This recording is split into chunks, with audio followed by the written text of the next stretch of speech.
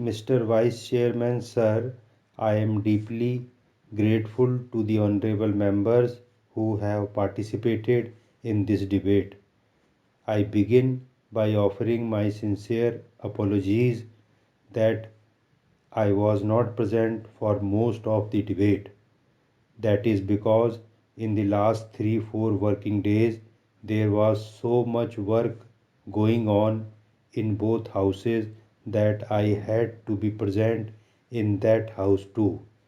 But I have, of course, with the final statement of my good friend, got the sense of what the House has been debating. Sir, Criminal Procedure Code has already been amended. In fact, clauses A and B of Section 41 have already been amended and we have introduced subsection 2. We did not notify it because several bar councils and bar associations represented certain against the amendment that was made. Therefore, if honorable members read amendments already made by this House, much of the doubts will be allayed. For example, I heard honorable member say that we must inform a member of the family after arresting a person. That has already been done under the proposed amendment. Sir, this honorable House has already passed this amendment. So, the provision that a friend or a relative has to be informed of his arrest is already there. Then, right of arrested person to meet an advocate is already there in 41D. Therefore, all these safeguards have been introduced. What is objected to was why are we making a provision where the police officer shall record reasons only if an arrest is made in a case falling under the proposed sub clause, that is arrest without a warrant. If it is above 7 years, then the question does not arise. We are talking about punishment up to 7 years. Therefore, when this objection came, I met with a number of bar councils and told them that we will refer it to the Law Commission.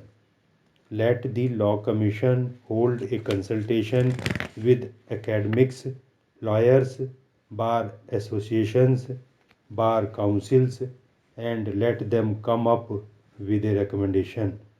So I wrote a letter to the chairman of the Law Commission on 22nd June 2009. The chairman of the Law Commission was very kind to agree to my suggestion. He held a formal consultation with a number of persons representing premier bar associations.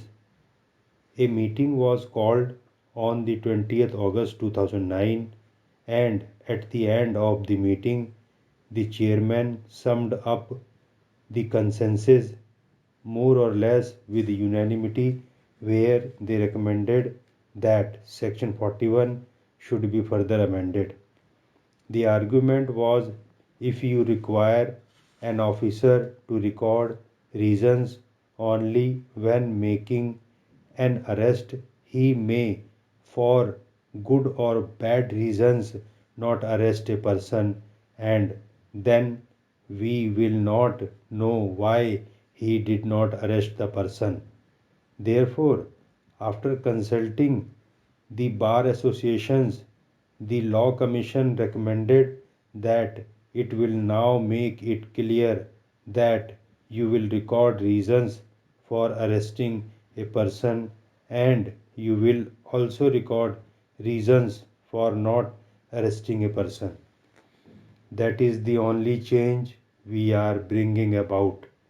Otherwise, all other safeguards have already been done in the earlier amendment, which we did by the Act 5 of 2009 in the early part of 2009. Now, if you read the bill in that light, I think much of the doubt will be cleared. What does it say now? It says that any police officer may, without an order from a magistrate or without a warrant, arrest any person who commits a cognizable offense in the presence of the police officer. Now, if we don't make this amendment, he need not arrest without recording any reasons. What we are now doing is whether you arrest or whether you do not arrest, record your reasons. Therefore, it restricts his discretion. The person arrested can go to court for bail and say that the reason which has been recorded is an absurd reason. He can say that he should not have been arrested and therefore he should be given bail. Therefore, I would request the honorable members to accept the amendment. Once the person is arrested and the reason is recorded, it will go as part of the case diary as to why he is arresting him. The case diary is there and the prosecutor will have to produce the case diary. We are making these two amendments only. Sir, the other amendments have already been made. They have not been notified. That is why my friend did not find it in the body of the Criminal Procedure Code. But at the footnote, amendments already made by this House, not yet notified, are carried out. If you read with it with the amendments already made, it becomes very clear that we are restricting discretion. We are requiring him to record reason because these are the cases falling in the middle category up to 7 years.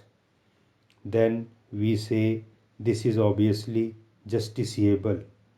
If you go to court, both the arrested person as well complainant can certainly make the reasons justiciable and the court will decide. Therefore, these are the amendments which complete the exercise we started last year. Now, there has been a demand that we should not make these piecemeal amendments to the Criminal Procedure Code. I entirely agree. I have already written to the Law Minister that he should refer the matter to the Law Commission that a comprehensive look at the Criminal Procedure Code may be done and we must have a comprehensive criminal procedure code. This is after all of 1973, which is already 37 years old. We have made piecemeal amendments over a period of time. He has acknowledged my letter and says that he agrees with me and he will refer the matter to the Law Commission. I say that let it be done in about a year. I hope the Law Commission will be able to give its report by next year. Once that report comes, certainly we will look into it and bring about a comprehensive new set of laws. But for the present, we are completing an exercise we started last year. So I request the honorable members to pass this bill.